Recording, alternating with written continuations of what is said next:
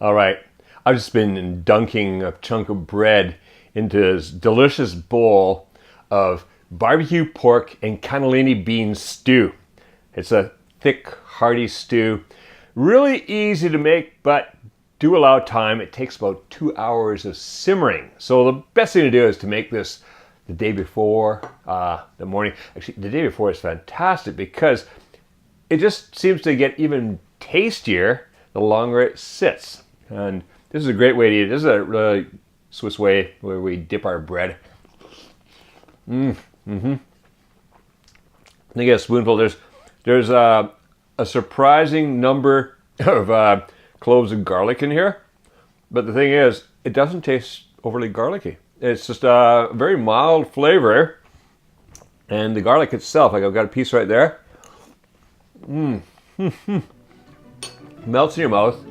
None of that sharp flavor because it's been cooking for so long. So let's go into the kitchen and get a pot of this started right now.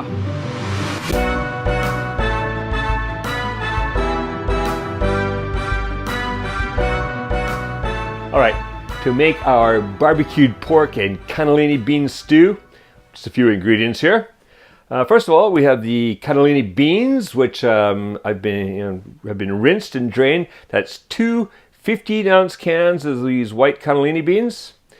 Here we have the barbecued pork, or you could use ham, whichever is fine. And in this case, barbecued pork. And that is 1 pound or 450 grams cut into small bite-sized pieces. 2 onions chopped. Over here, 2 15-ounce cans of chicken stock. 1 cup of white wine. 1/4 cup of butter. A half teaspoon of salt, 1 teaspoon of pepper, and over here, 12, yes, not a mistake, 12 whole cloves of garlic. Now that may seem like a lot of garlic, but it isn't. It comes out really mild because we're cooking for a long time and we're putting them in whole, we're not crushing them or anything. And actually they themselves become really mild also and just absolutely delicious. So let's get started. Let's get the butter going. We're going to get the... Notice I'm using my heavy cast iron because I'm going to be cooking this for 2 hours. I like to use a heavy cast iron and then just kind of keep that heat nice and even in there and just slowly cooking. So first we're going to start off on a medium heat and we're going to put that butter in there. And I want to melt that butter. So back in a sec after the butter is melted. All right, with a little help from me stirring around. That butter is melted. In goes the onions. In goes the garlic. And the salt and pepper.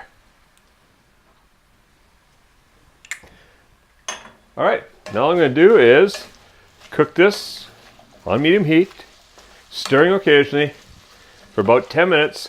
I'm not going to really super brown the onions or that, just going to soften them up a little bit. And also soften up the garlic a little bit. We don't really want to cook those too much. We don't want to burn them or anything like that. So just want to 10 minutes, medium heat, stirring around, getting it cooked. See you in 10 minutes.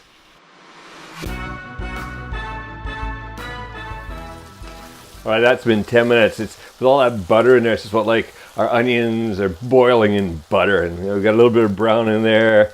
Nicely softened, looking delicious.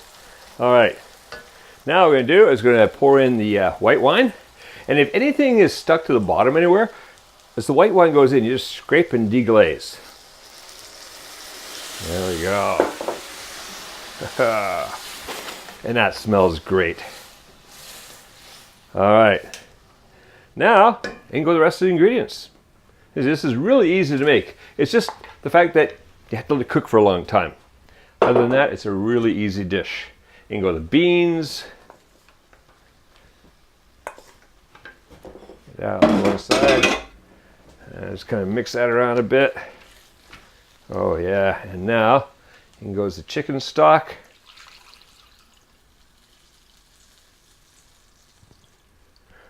You wouldn't want to use a pot any smaller. This is always pushing it right to the limit when I do this. All right. Okay, so that's it. What we're going to do now, bring this up to a simmer. Put the lid on. You can use this for, I like using this because I've got this as a combo. The two came together, and I love the way this all works together. But just any other lid could just go on top of there. And what we want to do now is we're going to bring it up to a simmer, and then we're going to simmer it for 2 hours.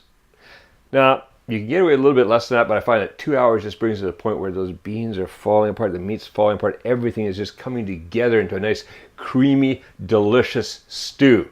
So, go for the 2 hours.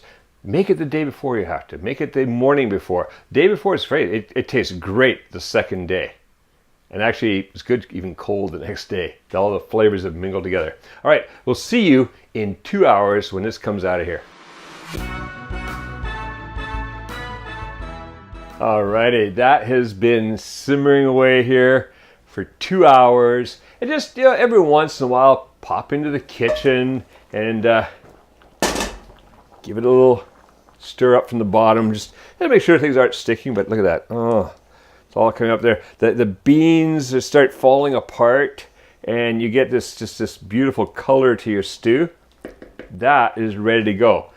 In fact, it's fantastic right now. But let this sit overnight, reheat it again the next day. It's even better. It thickens up overnight. It's like magic happens. But I'm hungry now, so let's have some of this. All right, so we're gonna spoon some. Don't need that anymore. Spoon some into let's turn the heat off. Spoon some into a bowl. Oh, look at that big hearty chunks of the pork. There's one of those. Garlic pieces floating around in there.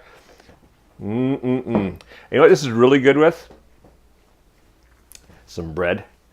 So just a chunk of bread, Swiss style. It's European style. I don't know. It's something we always do in Switzerland. Is take our bread, dunk it in, and then eat it just like that.